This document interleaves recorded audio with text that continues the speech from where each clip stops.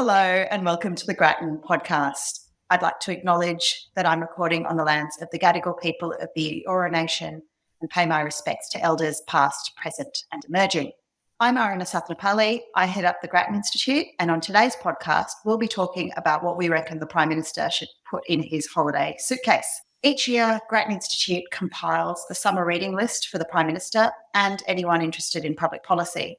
Throughout the year, Grattan staff avidly read new releases. We look for cracking good reads that say something interesting about Australia and the world. And we thrash out what we think about these books over drinks and cheese over the year before landing on a final list of 5 books and 1 essay. For 2024, they are Geraghty, The Bark Petitions, How the People of Geraghty Changed the Course of Australian Democracy by Claire Wright, Challenger, A True Story of Heroism and Disaster on the Edge of Space by Adam Higginbotham, Making Sense of Chaos, A Better Economics for a Better World by J. Doyne Farmer, 70 Miles in Hell by Caitlin Dickerson for The Atlantic, Code Dependent, Living in the Shadow of AI by Madhumita Murgia. Now, we are unashamedly policy nerds, which is why our list is dominated by non-fiction, but we have included one work of fiction, Only the Astronauts by Geraghty Dovey. One of the threads that cuts across them all, for me, is the place of humans within bigger systems, government, technology, the economy, and the space race. To discuss this and other reflections, I have 2 of Grattan's senior associates and most voracious readers with me today. Welcome, Jess Geraghty and Nick Parkinson. Hello. Hey, thanks so much for having us. Let's dive in. The first 2 books on our list, The Bark Petitions and Challenger, their histories. One is Australian, one's American, both set in the second half of the 20th century, but in dramatically different contexts. Let's start with The Bark Petitions. This book recounts a pivotal moment in the history of Australian democracy, the creation and presentation of the Geraghty Bark Petitions, or Geraghty, to the Australian Parliament. Nick, tell us about it.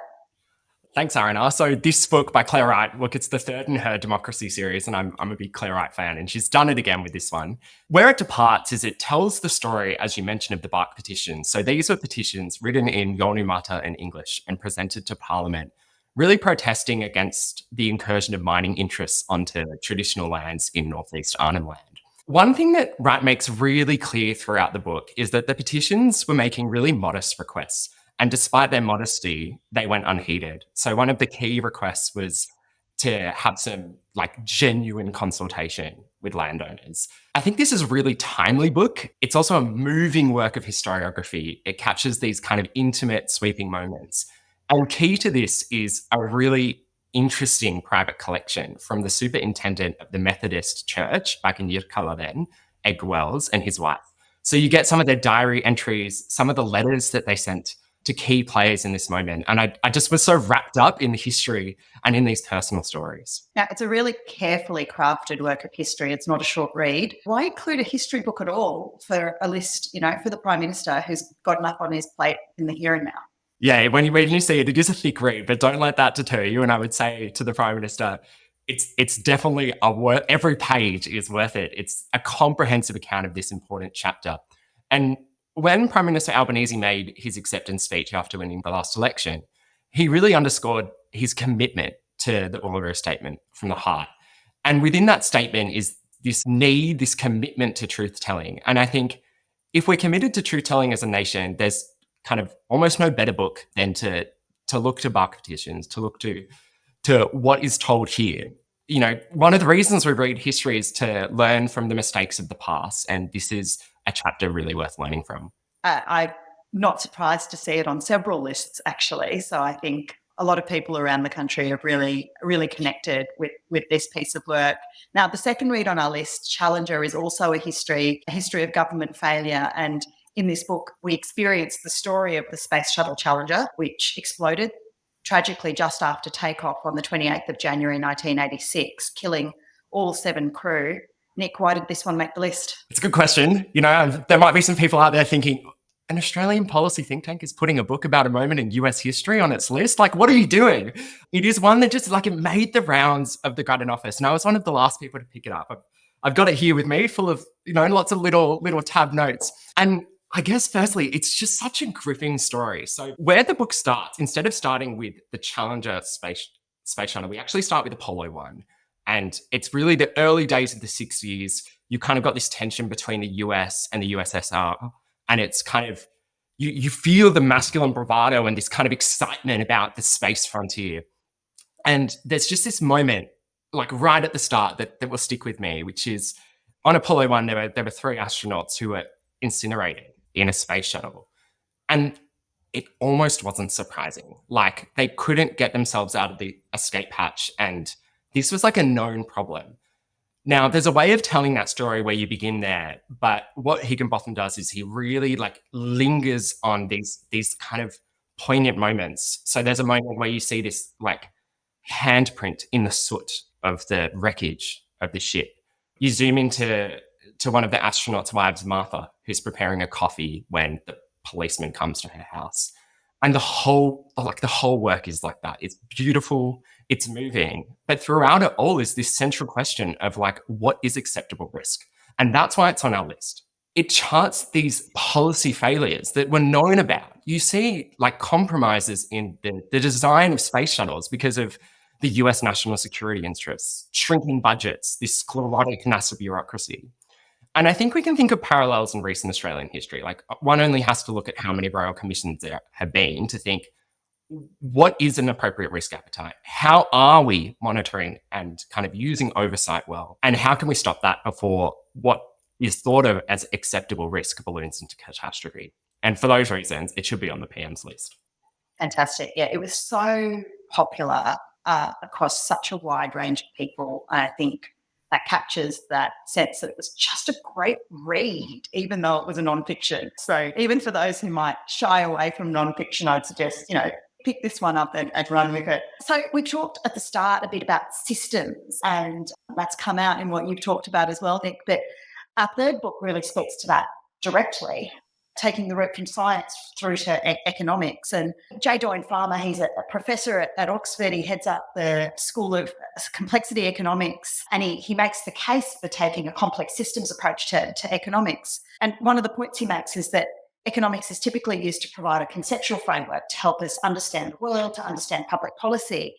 But if it isn't actually very effective at prediction, then we need to think about whether it's the right conceptual framework. Jess, do you want to tell us about making sense of chaos? So the core message of this book is that we can do economics better and make more useful predictions by adjusting that conceptual framework. And so, as you mentioned, at the heart of Farmer's approach is the notion that the economy is a complex system, a bit like the brain.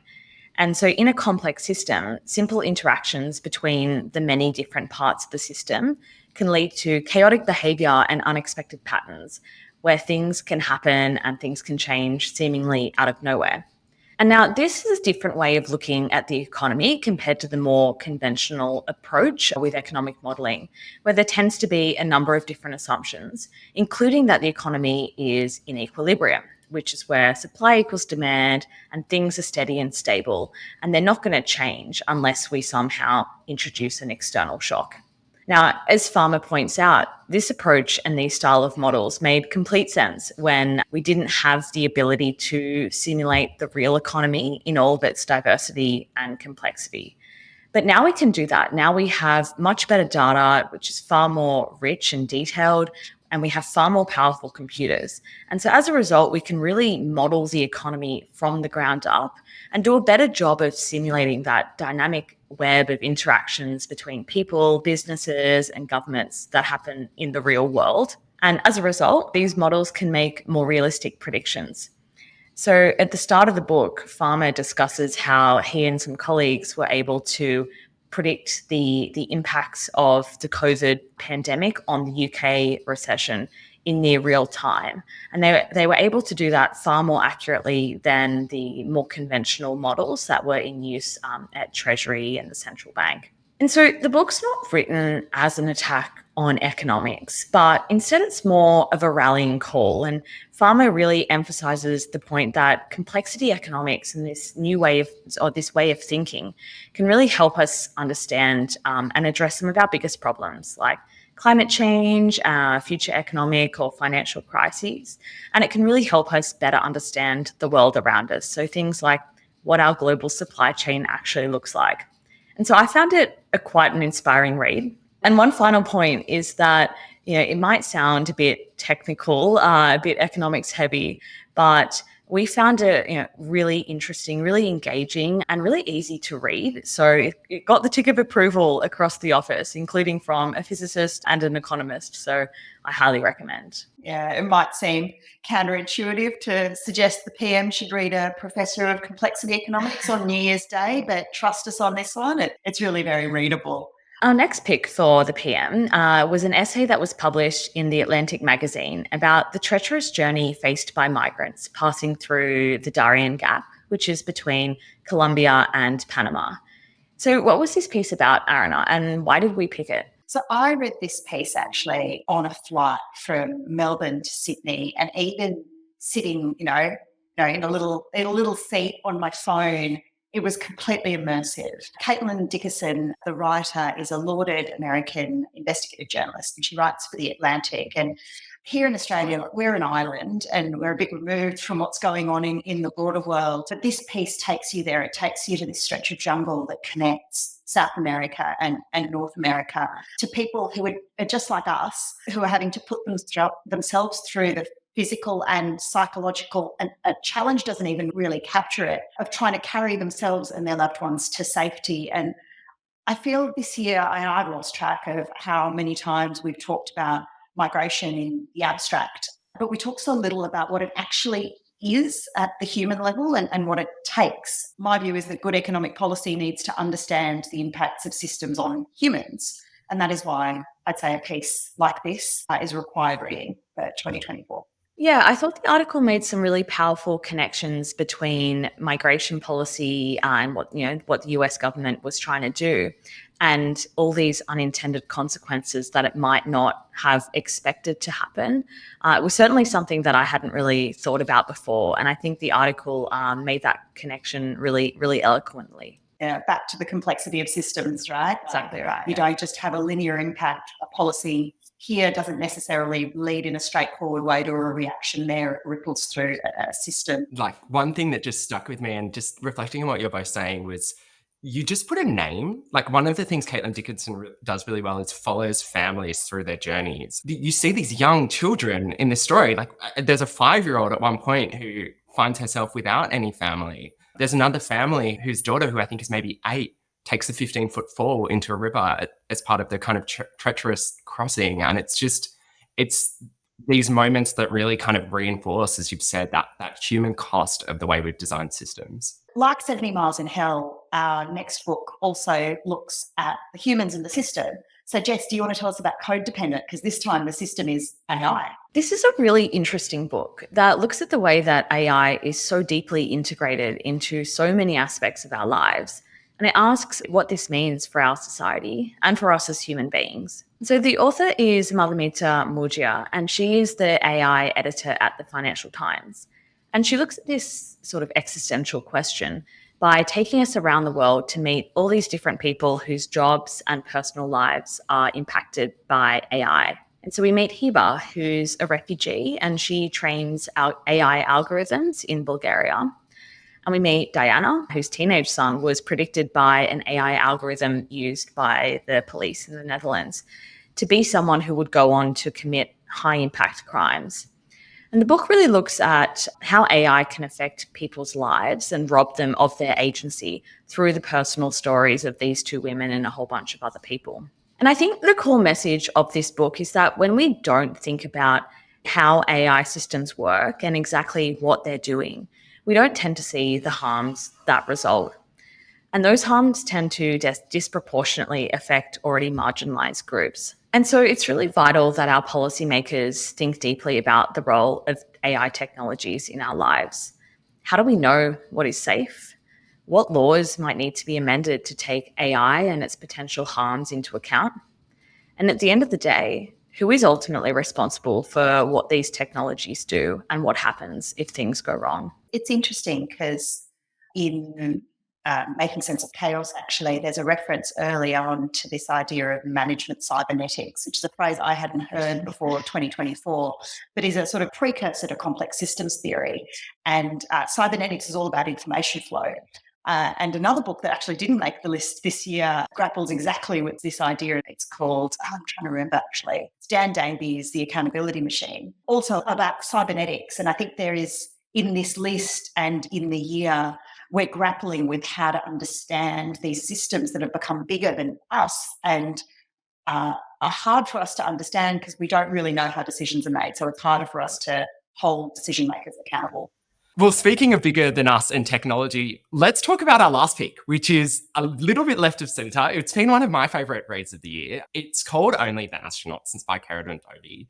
It's 5 quirky stories of space objects. So reading this paired along with Challenger was just a dream. It's the exact kind of book that I can think of myself, sitting at the beach, reclining in the sun, looking up at the sky and thinking, oh gosh, maybe these objects are there. What are the stories that they can tell us about themselves? So I reckon it's a really interesting read. Aruna, this is one of the ones that I think you might have read first. So why do you think it would pique the PM's interest? Look, Geraghty Derby is just a beautiful writer for a start. And I'm quite partial to the short story. Like sometimes that's what you need. You just need a short piece to read over a cup of tea, not necessarily a novel to dive into. And to be perfectly honest, 2024 has been a pretty tough year. There's been a lot of tough reading out there. And for me, fiction is a glorious escape.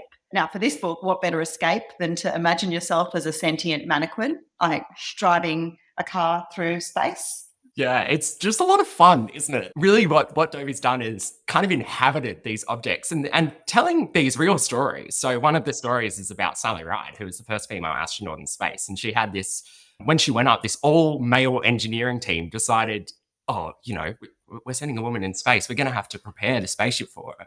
And they prepared 100 tampons for, a few-day voyage. One of the best parts is Sally Ride afterwards was like, I didn't have my period while I was there. Like it was just totally unnecessary.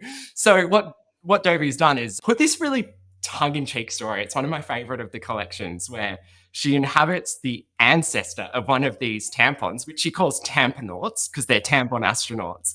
And this ancestor writes a screenplay about a group of tamponauts going to Mars on a mission. And it's interesting because it's satire. It's poking fun at the kind of rampant sexism that it's kind of really characteristic of the way we think about some of these STEM fields, and particularly this part of the kind of space race just when Sally Ride was coming through.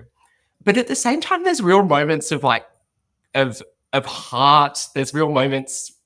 One of the stories is told from the International Space Station's perspective, and it feels really like despondent that people keep saying deorbiting instead of death. It's like, no, this is my death. It's just such a great read. Yeah, I loved the story that's set on the International Space Station, just documenting the very human and then sometimes cultural quirks of all the different astronauts interacting with each other, but from the perspective of a machine.